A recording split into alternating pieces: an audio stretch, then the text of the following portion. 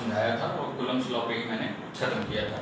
तो आज मैं फिर से शुरू करता हूँ Coulomb's law in vector form से शुरू करता हूँ, क्योंकि मैक्सिमम बच्चों को ये वेक्टर फॉर्म जो है वो कंफ्यूज करता है।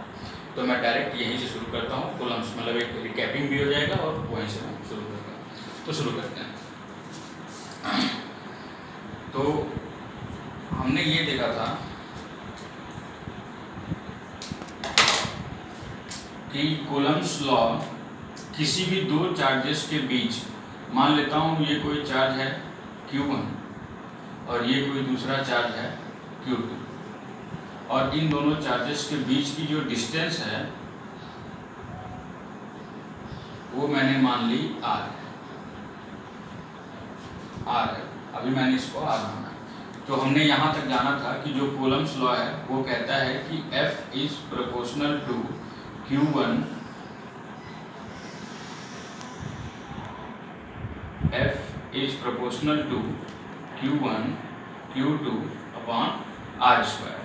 प्रोपोर्शनैलिटी को हम लोग हटाए थे तो एक कांस्टेंट लगाते हैं, यहाँ पे एक कांस्टेंट हम लोग लगाते हैं K, और ये हो गया Q1 Q2 upon R square. K की जो वैल्यू है वो इस फॉर्म में लिखी गई थी। कल मैंने बताया था K equal to 1/4 pi epsilon naught. तो ये एप्सिलॉन नॉट क्या है, यहाँ से हम लोग आज का टॉपिक शुरू करते हैं, समझते हैं। एक एक चीज हम लोग को जो भी समझ के काम करना है। K एक कांस्टेंट है, इसकी वैल्यू भी अभी हम लोग निकालते हैं। अभी ये इसकी वैल्यू अननोन है, हम इसकी वैल्यू भी निकालेंगे। कैसे निकालेंगे कि K इक्वल टू होता है 1/4 पाई एप्सिलॉन नॉट, और एप्सिलॉन नॉट क्या है? एप्सिलॉन नॉट को हम लोग बोलते हैं परमिटिविटी ऑफ फ्री स्पेस, या जिसको हम लोग बोल देते हैं फ्री स्पेस या वैक्यूम। देखो एप्सिलॉन नॉट का कई जगह टर्म में दिया हुआ है, बुक में भी दिया हुआ है, तुम लोग बहुत बार पढ़े भी होगे, बहुत बार सुने भी होगे कि एप्सिलॉन नॉट एक परमिटिविटी ऑफ फ्री स्पेस है। लेकिन ये कॉन्सेप्ट जनरली बच्चों को इमेजिन नहीं होता है कि ये एक्चुअली एप्सिलॉन नॉट है क्या। तो एकदम ध्यान से सुनना कि एप्सिलॉन नॉट होता क्या है। इमेजिन करवाने की कोशिश कर रहा हूँ या बेसिकली कॉन्सेप्ट बता रहा हूँ कि एप्सिलॉन नॉट है क्या। तो अगर हम जनरली देखें तो इलेक्ट्रिक फील्ड या किसी, मान लो ये चार्ज है तुम्हारा Q, कोई चार्ज हम ले लेते हैं Q। अब ये Q चार्ज जो है वो फोर्स लगाएगा, सब लोग जानते हैं, कल भी हम लोग डिस्कस किए थे। लेकिन ये Q चार्ज क्या इनफाइनाइट डिस्टेंस तक फोर्स लगाते रहेगा? क्या इसके फोर्स की कोई लिमिटेशन नहीं है कि भैया इतने ही दूर तक फोर्स लगाएगा? तो आंसर आएगा हाँ, लिमिटेशन है। तो सवाल ये उठता है कि कैसे, फोर्स की लिमिटेशन हुई कैसे? तो फोर्स की लिमिटेशन ऐसे हुई कि कोई चीज खत्म तब होती है जब एनर्जी उसकी लूज होने लगी। जब उसकी एनर्जी खत्म होने लगी, किसी भी चीज की एनर्जी खत्म होने लगती है तो वो अपने एंड की तरफ बढ़ने लगता है। ये हम ह्यूमन बीइंग का भी एग्जांपल है कि हम बूढ़े होने के बाद क्या होता है, एनर्जी खत्म होने लगती है। अब बूढ़ा आदमी दौड़ नहीं पाएगा, कूद नहीं पाएगा, तो क्या उसको ये ऐसे समझेंगे कि भाई आदमी बूढ़ा हो रहा है यानी उसकी एनर्जी जो है वो कम हो रही है। तो कोई भी चीज अगर खत्म हो रहा है, यानी अगर ये Q चार्ज है और ये स्पेसिफिक डिस्टेंस R के बाद इसका फोर्स नहीं लग रहा है, ये Q चार्ज का फोर्स हमको स्पेसिफिक डिस्टेंस R तक मिल रहा है, उसके बाद इसका फोर्स हमको महसूस नहीं हो रहा है, इसके फोर्स का मैग्नीट्यूड हमको एक्सपीरियंस नहीं हो रहा है। तो इसका सीधा सीधा मतलब है कि भैया फोर्स यानी कि कम हो रहा है, यानी कहीं ना कहीं से किसी की एनर्जी खत्म हो रही है। अच्छा, एनर्जी खत्म क्यों होती है? एनर्जी खत्म होने की कई कंडीशनों में से एक जो बेसिक कंडीशन है वो है रेजिस्टेंस, अपोज। अगर कोई भी किसी भी चीज का अपोज करता है, जब हम किसी भी चीज का अपोज करना शुरू कर देते हैं तो जिस भी चीज का अपोज करते हैं उसकी एनर्जी खत्म होने लगती है, लूज होने लगती है। तो एकदम ध्यान से समझना कि एक्चुअली एप्सिलॉन नॉट एक अपोजिशन है, एक अपोजिशन है, अपोजिंग प्रॉपर्टी कह सकते हैं। एप्सिलॉन नॉट एक अपोजिंग प्रॉपर्टी। कैसी अपोजिंग प्रॉपर्टी? कंफ्यूज मत होना, ये रेजिस्टेंस नहीं है। रेजिस्टेंस चार्ज के फ्लो को अपोज करता है, याद रखना, कंफ्यूज मत होना। रेजिस्टेंस चार्ज के फ्लो को अपोज करता है और वो चार्ज के फ्लो को अपोज करता है, और एप्सिलॉन नॉट भी अपोजिंग प्रॉपर्टी है, लेकिन ये चार्ज के फ्लो को अपोज नहीं करता है, ये एक्चुअली किसको अपोज करता है, ये इलेक्ट्रिक फील्ड को अपोज करता है। याद रखना, अभी इसके बारे में हम लोग डिस्कस करेंगे इलेक्ट्रिक फील्ड के बारे में।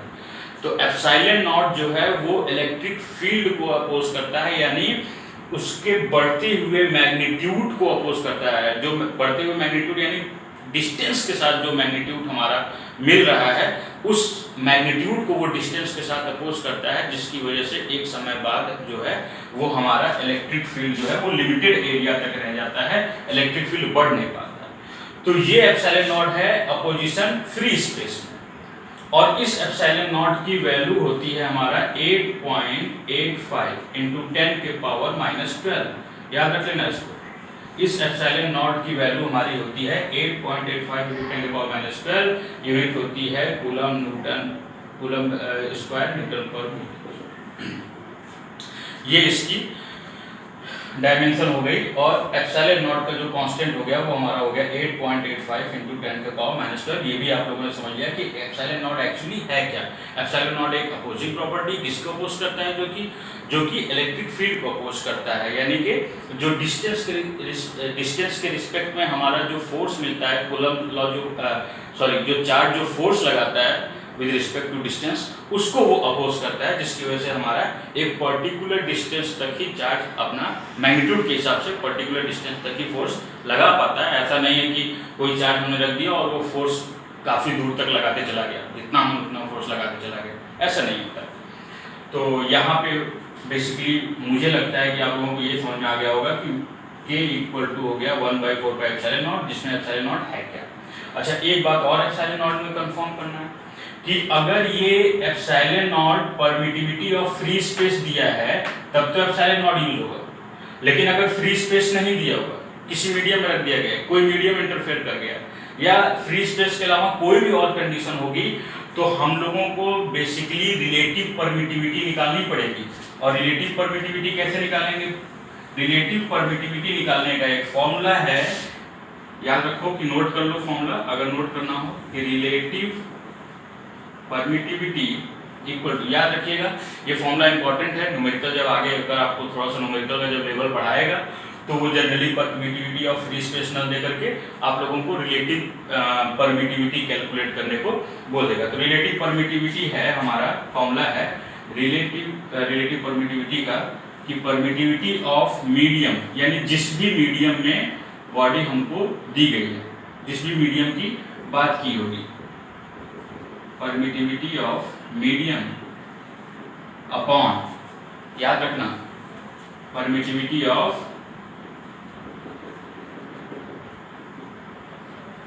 Free space.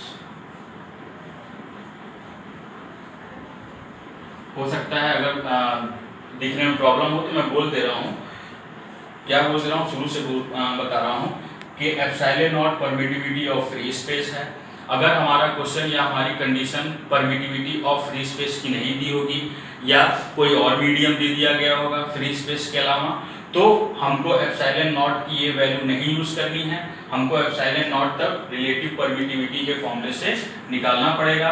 और रिलेटिव परमिटिविटी का फॉर्मूला क्या है कि relative permittivity equal to permittivity of a medium, जो भी मीडियम हमको दिया हुआ है, upon permittivity of a free space या वैक्यूम, फ्री स्पेस या वैक्यूम।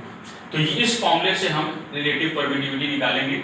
अगर हम इसका नोटेशन देखेंगे तो रिलेटिव परमिटिविटी हो जाएगा ER equal to permittivity of medium यानी कि EM, और परमिटिविटी ऑफ फ्री स्पेस यानी एप्सिलॉन नॉट, यही जो हम लोग अभी कैलकुलेट। तो इस तरीके से आप लोग हो सकता है इस फॉर्मूले को नोट कर लें, और इसी फॉर्मूले के हिसाब से हम जब न्यूमेरिकल मैं खुद न्यूमेरिकल बताऊंगा, जब न्यूमेरिकल बताऊंगा तो आपको इसका कॉन्सेप्ट भी मैं दूंगा, बताऊंगा। तो हालांकि अब मैं उस पे आता हूँ, वेक्टर पे आता हूँ। फिलहाल K की वैल्यू निकालना आपको एक बार बता देता हूँ तुरंत, इसी जब यहाँ तक बता दिया हूँ तो अगर K की वैल्यू होगी तो K इक्वल टू हो जाएगा ये हमारा 1/4, पाई की वैल्यू होती है 3.14 इंटू 8.85 इंटू 10 के पावर -12। जब हम इसको कैलकुलेट करेंगे तो ये तो पहले ऊपर भेज दो, ये हो जाएगा 10 के पावर 12 अपॉन 4 इंटू 3.14 इंटू 8.85। जब हम इसको कैलकुलेट करेंगे, मैं इधर लिखता हूँ, जब हम इसको कैलकुलेट करेंगे तो इसकी वैल्यू आ जाएगी कुछ 8993 ऐसे करके कुछ आएगी, जिसको हम लोग अप्रॉक्सीमेटली 9 इंटू 10 के पावर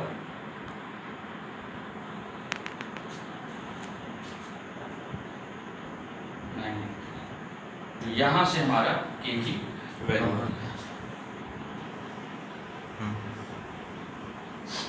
तो अगर आपको ये एग्जैक्ट वैल्यू जाननी है तो मैं एक बार आप लोगों के सामने कैलकुलेट कर देता हूँ उसको। मेरे पास कैलकुलेटर है, तो ये हो जाएगा हमारा 10 के power 12 divided by 4 into 3.14 into 8.85। तो हाँ, ये वैल्यू जो हमारी आई है वो आई है 899,635,468। तो इसको हम लोग अप्रॉक्सीमेटली, ये अप्रॉक्सीमेटली का साइन है, इक्वल टू मत समझिए, इसको हम लोग अप्रॉक्सीमेटली 9 इंटू 10 के पावर 9 के बराबर लिख दे रहे हैं। तो यहाँ से k की वैल्यू आई 9 इंटू 10 के पावर 9। अब हम लोग डायरेक्ट आते हैं वेक्टर फॉर्म पे, इतना मैंने बता दिया। तो यहाँ तक ये समझ में आ गया कि अगर हमको फ्री स्पेस नहीं दिया हुआ है तो हमको रिलेटिव परमिटिविटी निकालना पड़ेगा। एक चीज़ याद रखिएगा कि जो मस्त कॉम्पिटेटिव एग्जाम जो होते हैं, जैसे IITs वगैरह हो गए, IITs का जो पेपर होता है नीट वगैरह का, उसमें जनरली क्लास में चार्ज को रख के बताता है या कोई और भी मीडियम दे देता है और फिर निकालने को, कैलकुलेट करने को बोलता है। तो इन सब जगहों पे यही फॉर्मूला आपको यूज होगा। तो इस फॉर्मूले को का इंपॉर्टेंस आप लोग समझिएगा, इस फॉर्मूले को जरूर याद कर लीजिएगा, समझ लीजिएगा। और मैं खुद इसको अगर आप लोग कहेंगे तो न्यूमेरिकल में यूज़ करना सिखाऊंगा। तो फिलहाल मैं अपने वेक्टर फॉर्म पे आ जाता हूँ।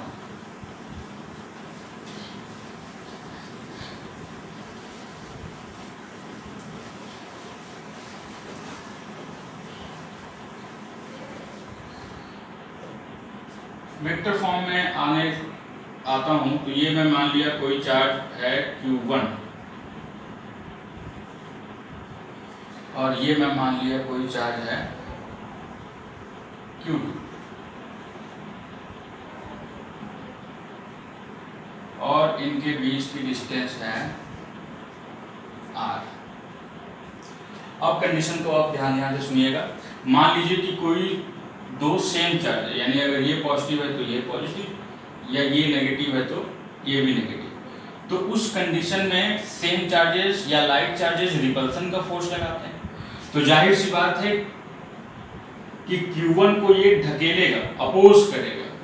इसका मतलब कि जो ये डायरेक्शन होगी फोर्स की वो होगी ये। तो ये F12 मतलब कि F1 पे किसके द्वारा बल लगाया गया? 2 के द्वारा बल लगाया गया। यानी कि Q1 पे कौन फोर्स लगा रहा है? 2 फोर्स लगा रहा है। यानी force exerted on Q1 due to Q2 या बाई Q2। ठीक उसी तरह अगर हम इसकी बात करेंगे, Q2 की बात करेंगे, ठीक उसी तरह अगर हम Q2 की बात करेंगे तो Q2 पे भी फोर्स जो लगेगा वो कुछ इस तरह का होगा, F21।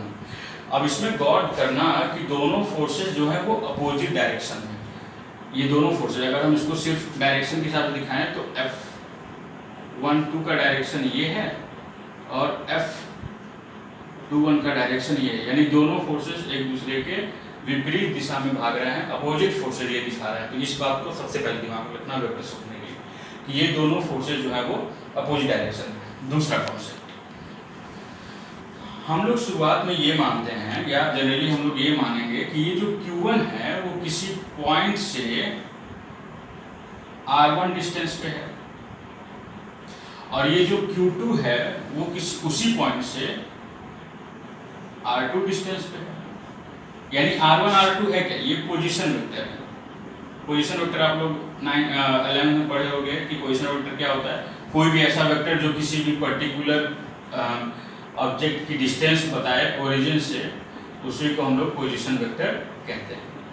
तो यहाँ पे Q1 और Q2 की पोजीशन वेक्टर है, Q1 की पोजीशन वेक्टर R1 और Q2 की पोजीशन वेक्टर R2। ये भी चीज़ क्लियर हो गई।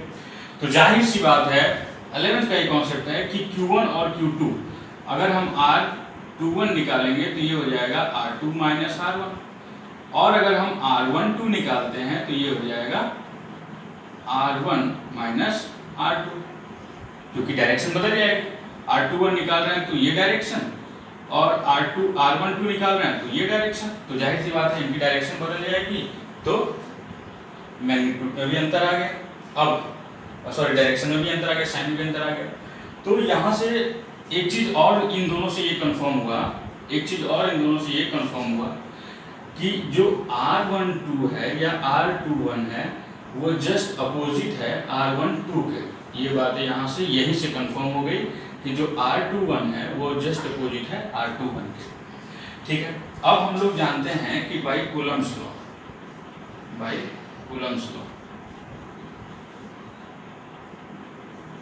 लॉ से हम लोग ये जानते हैं कि F जो होगा वो होगा K Q1 Q2 upon R²। अब मैं मैग्नीट्यूड रख रहा हूँ, मतलब डायरेक्शन के साथ। तो मैं पहले रख रहा हूँ F12 यानी मैं निकाल रहा हूँ एक्चुअली फोर्स का मैग्नीट्यूड चार्ज Q1 पे, जो कौन लगा रहा है, Q2 लगा रहा है। तो F12 इक्वल टू जाएगा K Q1 Q2 upon R12, याद रखना इस बात को। ठीक, उसके बाद अब यहीं पे कॉन्सेप्ट हमारा वेक्टर का शुरू होता है, डायरेक्शन का शुरू होता है। तो वेक्टर और स्केलर में यही फर्क है कि स्केलर में सिर्फ मैग्नीट्यूड से होता है, वेक्टर में सिर्फ हमको डायरेक्शन से होता है।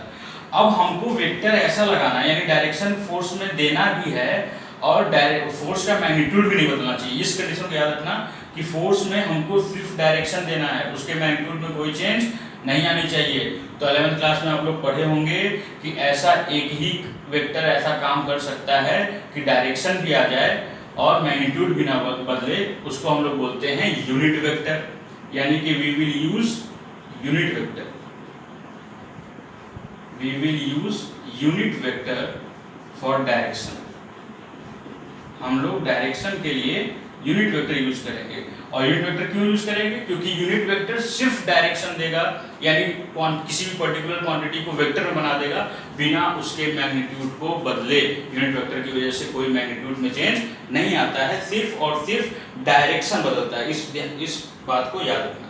और इसका फॉर्मूला भी मैं बता देता हूँ ताकि कंफ्यूजन ना हो। तो यूनिट वेक्टर का जो फॉर्मूला है वो कुछ इस तरीके का है कि पोजीशन वेक्टर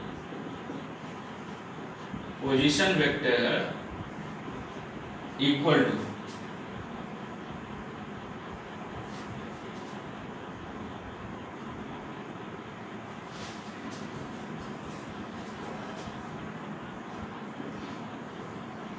मैग्नीट्यूड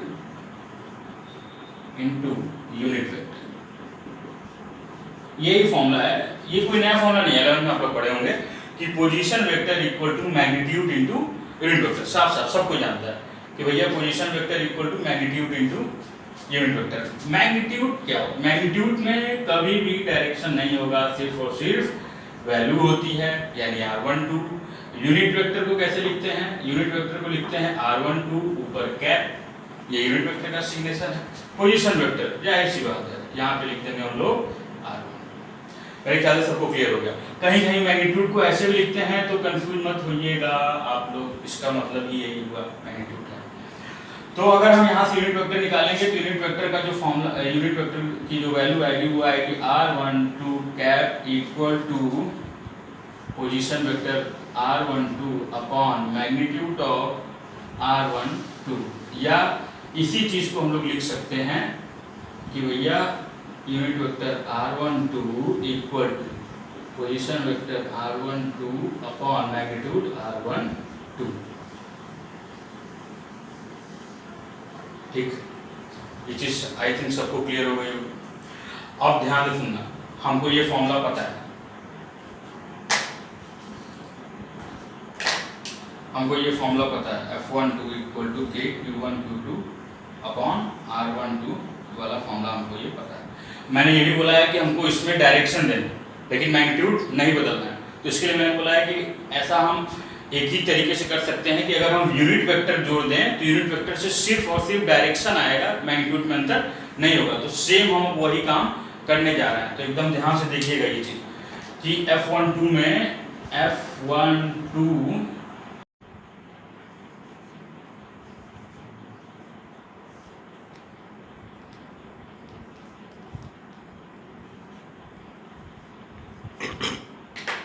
हाँ, तो जैसा कि मैंने बोला था यूनिट वेक्टर लगाने को, तो अब मैं यूनिट वेक्टर का इनटू इसमें कर रहा हूँ। एकदम ध्यान देखिए, पहले मैं यही फॉर्मूला लिख दिया हूँ। तो अब अगर यूनिट वेक्टर का इनटू किया तो R12 बस इसका इनटू कर दिया भैया, इसके अलावा मैंने कुछ नहीं किया। तो आप लोग चाहो तो ये नोट कर सकते हो, मैं कुछ सेकंड के लिए रुका हुआ हूँ, ये तो लोग नोट कर सकते हो कि मैं रब करूँगा तब आगे लिखूँगा। तो फिलहाल मैंने, और वैसे भी आप लोग पीछे पीछे जा करके देख सकते हो उसको, ऐसे कोई वो बात नहीं, तो आप लोग डिजिटल इंडिया हो गया। तो अब मैं R12 यानी कि यूनिट वेक्टर R12 की वैल्यू रख रहा हूँ। यूनिट वेक्टर R12 की वैल्यू अगर मैं रखूँ तो देखो क्या होता है।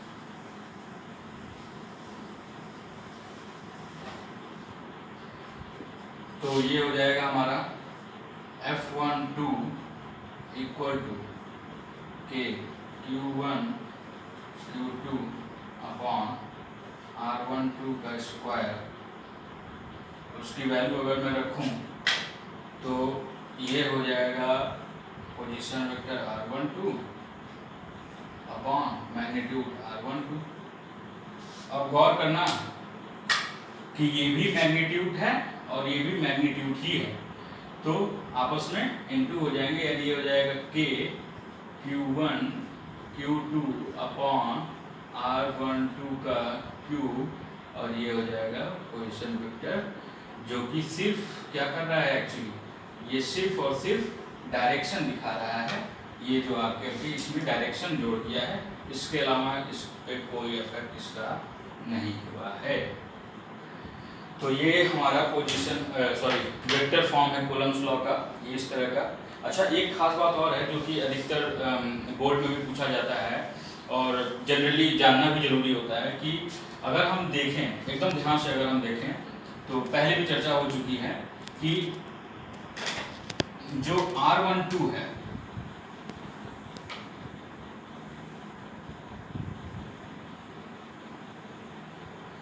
जो R12 है वो बराबर होगा R21 के। क्यों बराबर होगा? क्योंकि न तो Q1 चेंज हो रहा है Q2 के रिस्पेक्ट में, न तो Q2 चेंज होगा Q1 के रिस्पेक्ट में। तो जाहिर सी बात है कि फोर्स जो लोग लगा रहे होंगे वो तब तक सेम लगाएंगे जब तक इनका मैग्नीट्यूड में अंतर नहीं आएगा, और जब इनके मैग्नीट्यूड में अंतर आएगा तब तो इनके द्वारा एक दूसरे पे फोर्स लगाया गया चेंज होगा। और अगर मैग्नीट्यूड में अंतर नहीं आया, Q1 और Q2 के मैग्नीट्यूड में अंतर नहीं आया, तो इन दोनों के द्वारा एक दूसरे पे लगाए गए फोर्स पे भी कोई अंतर नहीं आएगा, कोई चेंजिंग नहीं आएगा। दोनों सेम फोर्स एक्सर्ट करेंगे if the magnitude will be same. If magnitude will differ, या in a system if we will differ the magnitude of Q1 and Q2, then only the force exerted by Q1 to Q2 या force exerted by Q2 to Q1 will be changed. Otherwise the magnitude of the force will remain the same. Therefore R12 equal to R21, इसलिए R12 हमेशा R21 के बराबर होगा, लेकिन एक शर्त के साथ नेगेटिव डायरेक्शन में। देखा आपने शुरू में एक्सप्लेन किया कि दोनों की डायरेक्शन अपोजिट होगी। तो जब ये चीज होगा तो इससे एक चीज और कंफर्म होगी, इससे एक चीज और कंफर्म क्या होगी कि जो F12 होगा वो हमेशा F21, चलो इसके बराबर है, F12 जो होगा वो F21 के बराबर होगा, लेकिन इसके साथ क्योंकि डायरेक्शन नेगेटिव है तो जाहिर सी बात है यहाँ भी माइनस का साइन लग जाएगा। और ये कुछ मिल नहीं रहा है every action has an equal and opposite reaction वाले से, जो हम लोग 9th में पढ़े थे। तो इसी से, यही से कहते हैं कि कूलम्स लॉ जो है, कूलम्स लॉ वो वेरीफाई करता है third law, Newton third law of Newton. तो यहाँ से हम लोग ये भी जाने ये थर्ड लॉ ऑफ न्यूटन को वेरीफाई करता है। तो मेरे ख्याल से आप लोगों को ये Coulomb's law and vector form समझ में आ गई होगी, अच्छे से समझ में आ गई होगी। जो भी कोई कंफ्यूजन होगा आप लोग तुरंत उसको कमेंट में पूछना, मैं तुरंत उसको अच्छे से एक्सप्लेन करूँगा। अब हम अपने अगले टॉपिक पे बढ़ते हैं बिना टाइम बर्बाद किए हुए। और जो हमारा अगला टॉपिक है वो है हमारा forces between multiple charges. Forces between multiple charges, multiple charges, forces between multiple charges. तो मैंने बोर्ड को रब कर दिया। बोर्ड को रब करने से फोर्सेस बिटवीन मल्टीपल चार्जेस हम लोग अब देखेंगे। फोर्सेस बिटवीन मल्टीपल चार्जेस के लिए सबसे जरूरी है कि मल्टीपल चार्जेस होने चाहिए। तो हमने कोई 3 चार्जेस कंसिडर कर लिया, Q1, Q2 और Q3। तो अब हम इन तीनों का पोजीशन वेक्टर बना देते हैं। इधर लिख देते हैं। तो मैं मान लिया कि इसका पोजीशन वेक्टर हो गया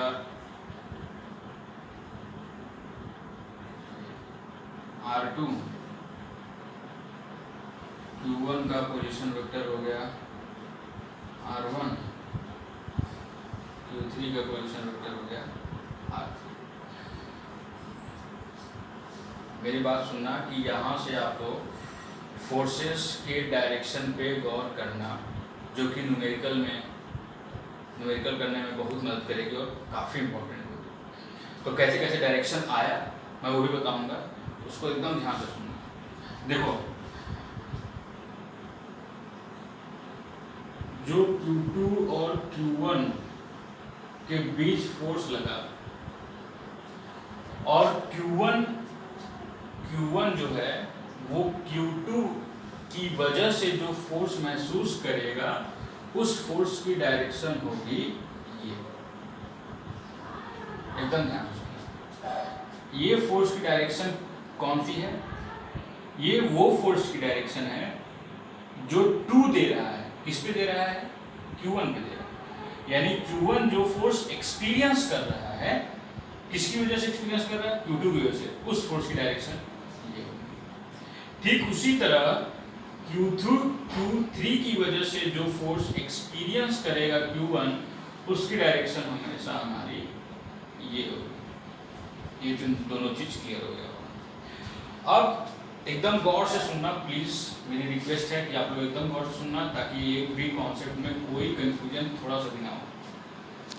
आप देखना ध्यान से कि ये जो Q2 है वो 2 फोर्स महसूस कर रहा है, एक F12 और एक F13, और दोनों अगर हम देखें तो लगभग परपेंडिकुलर जैसे हैं, परपेंडिकुलर पे हैं, परपेंडिकुलरली। तो हमने 11th में वेक्टर में पढ़ा था कि जब 2 फोर्सेस काम कर रहे हों किसी एक बॉडी पे एट अ टाइम, या 2 से अधिक फोर्स, तो जो रिजल्टेंट होता है, जो फोर्सेस का रिजल्टेंट आता है, उसी रिजल्टेंट के डायरेक्शन में एक्चुअली चार्जेस जो हैं वो मूव करेंगे या टेंड्स टू मूव होंगे, या कोई भी बॉडी जो है वो रिजल्टेंट के डायरेक्शन में फोर्स जो है वो टेंड्स टू मूव होगा। तो मान लेता हूँ मैं कोई कॉपी ले लेता हूँ, मान लेता हूँ मैं ये कोई कॉपी है, मेरी पोएम की कॉपी है। इस पे देखो अगर गौर से, इस पे अगर एक ही साथ इस कॉपी पे परपेंडिकुलरली अगर कोई अपवर्ड फोर्स लग रहा है इस तरह, और उसी समय में हॉरिजॉन्टली कोई फोर्स लग रहा है, तो एक साथ परपेंडिकुलरली भी लग रहा है और हॉरिजॉन्टली भी लग रहा है, तो ये बॉडी अगर हम इमेजिन करें तो ये बॉडी न तो परफेक्टली परपेंडिकुलर की तरफ जाएगी, न तो परफेक्ट हॉरिजॉन्टल की तरफ जाएगी, बल्कि ये बॉडी कुछ इस तरीके से मूव करेगी, ऐसे कुछ इस तरीके से। तो उसी तरीके से हम अगर रिजल्टेंट के डायरेक्शन में देखेंगे तो कुछ हमारा जो F1 का डायरेक्शन आएगा वो कुछ ये होगा। ये होगा चार्ज Q1 द्वारा एक्सपीरियंस किया हुआ फोर्स। अब अच्छा, फोर्सेस बिटवीन मल्टीपल चार्जेस में एक्सपेरिमेंटली ये क्या पाया गया? एक्सपेरिमेंटली ये पाया गया कि जो पर्टिकुलर चार्ज पे जो फोर्स लगता है, यानी Q1 पे जो फोर्स लगेगा, या Q2 पे जो फोर्स लगेगा, या Q3 पे जो फोर्स लगेगा, वो जो टोटल फोर्स होगा वो वेक्टर सम होगा सारे फोर्सेस का, यानी जितने भी चार्जेस हैं। जैसे फॉर एग्जांपल अगर Q1, Q2 और Q3 यहाँ 3 चार्जेस हैं, तो अगर हम एट ए टाइम एक ही फोर्स निकालेंगे, एक ही चार्ज पे निकालेंगे, तो अगर हम Q1 पे चार्ज निकाल रहे हैं, Q1 पे फोर्स निकाल रहे हैं, तो फोर्स का जो मैग्नीट्यूड होगा, Q1 पे जो फोर्स का मैग्नीट्यूड होगा वो वेक्टर सम होगा बाकी सारे चार्जेस के जितने भी मौजूद हैं। तो यानी F1 जो होगा वो हमेशा, F1 का जो मैग्नीट्यूड होगा वो हमेशा सम अप होगा इसके मैग्नीट्यूड के, इसके मैग्नीट्यूड के, या और कोई चार्जेस होंगे तो उसके मैग्नीट्यूड के, उसके मैग्नीट्यूड के जिस मैग्नीट्यूड से वो फोर्स लगा रहा है Q1 पे, यानी जिसका हम लोग निकाल रहे हैं। फिर से एक बार अच्छे से बताता हूँ कि एक्सपेरिमेंटली हम लोग ये पाए कि जो इंडिविजुअल चार्जेस पे जो फोर्स का मैग्नीट्यूड होगा, इंडिविजुअल चार्जेस पे जो फोर्स का मैग्नीट्यूड होगा एट अ टाइम, वो वेक्टर सम होगा बाकी सारे चार्जेस के जो उसके इर्द गिर्द जो उस पे फोर्स लगा रहे हैं। तो अगर हम कूलम्ब्स लॉ से देखें तो F12 का क्या मतलब होगा? F12 का मतलब चार्ज Q1 जो फोर्स महसूस कर रहा है किसके वजह से? Q2 की वजह से, वो हो जाएगा 1/4 pi epsilon naught Q1 Q2 upon R12 का स्क्वायर।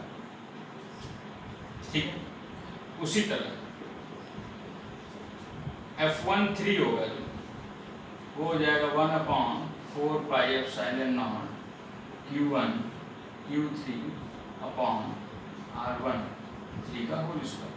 इस तरह अगर काफी सारे फोर्सेज होते तो F1n, क्योंकि 1 पे लग रहा है तो 1 तो लेना ही पड़ेगा, बाकी सारे फोर्सेस को हम लोग सम करते हैं। F1 1/4 pi epsilon naught Q1 तो रहेगा ही, यहाँ पे हो जाएगा Qn अपॉन R1n का स्क्वायर।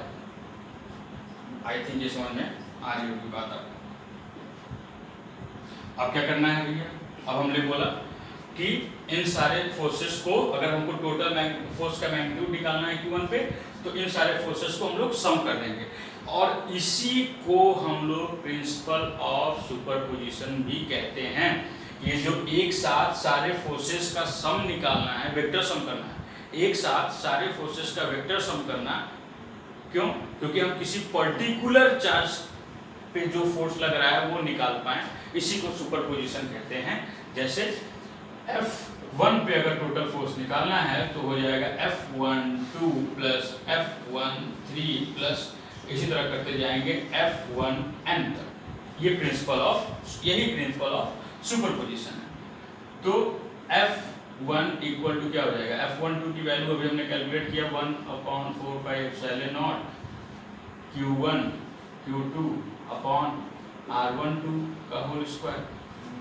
उसी तरह F13 का वैल्यू हो जाएगा 1/4 pi epsilon naught Q1 Q3 upon R13 का होल स्क्वायर। इधर कंफर्टेबल नहीं होंगे, ये आप लोग लिख लिए ही होंगे, मैं इसको डाल दूँ और यहाँ पे लिखता हूँ उधर कंफर्टेबल नहीं।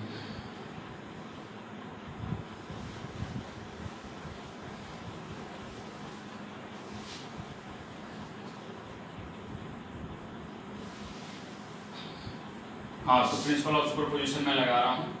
तो F1 इक्वल टू ये हो जाएगा 1/4 pi epsilon naught Q1 Q2 upon R12 का whole square plus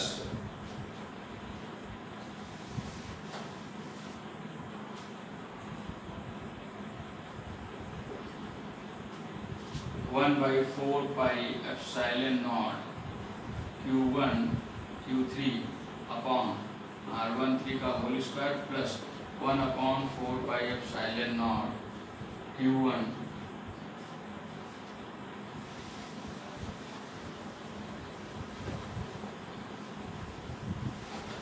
plus dot 1/4 pi epsilon naught Q1 Qn upon R1n का होल स्क्वायर। ये हमारा प्रिंसिपल ऑफ सुपरपोजिशन से भी है, ये कहता भी है और यही हम लोग एक्सपेरिमेंटली भी जानते हैं।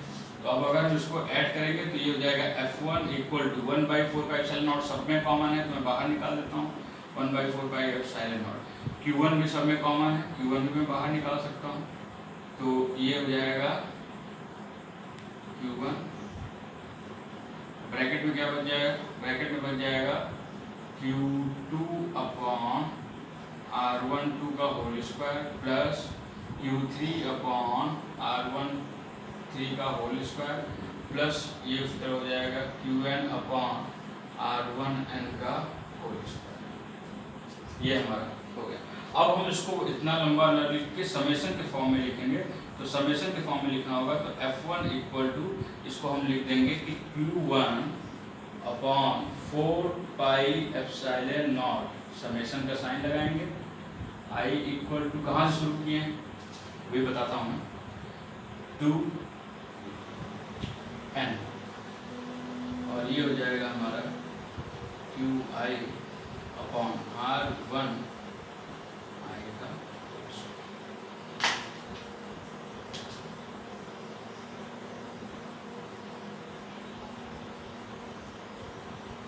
तो ये हमारा फॉर्मूला आ गया सुपरपोजिशन की मदद से, सुपरपोजिशन या फोर्सेस बिटवीन मल्टीपल चार्जेस का ये हमारा फॉर्मूला आ गया। हम डायरेक्ट इस फॉर्मूले से इसको निकाल लेंगे। इसी तरह अगर Q3 पे निकालना है तो Q1 3, Q2 3, ऐसे करके हम लोग निकाल लेंगे। अगर अब भी नहीं समझ में आया या कोई क्वेश्चन हो आप लोगों का तो प्लीज़ उसको शेयर कर देना, मैं उसको या कमेंट में पूछ लेना, मैं उसको अच्छे से बता दूँगा। तो प्रिंसिपल ऑफ सुपरपोजिशन या फोर्सेस बिटवीन मल्टीपल चार्जेस हम लोगों ने जाना। कूलम्स लॉ में हमने epsilon not, permittivity of free space, के की वैल्यू निकालना और कहाँ से आई और वेक्टर फॉर्म ये सब जाना।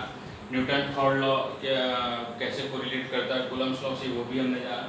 तो अब मैं आप लोगों को अगले टॉपिक में कुछ न्यूमेरिकल भी बताऊंगा। तो अगले टॉपिक में कुछ न्यूमेरिकल का भी इंतजार करिएगा, जो कि बच्चे पूछ भी रहे थे, पूछे भी हैं, तो उनको मैं बोला हूँ कि ठीक है अभी जैसे ही वो टॉपिक आता है उस टॉपिक पे न्यूमेरिकल मैं कराऊंगा। और इलेक्ट्रिक फील्ड का कॉन्सेप्ट हम लोग अगले लेक्चर से पढ़ेंगे। Thank you class.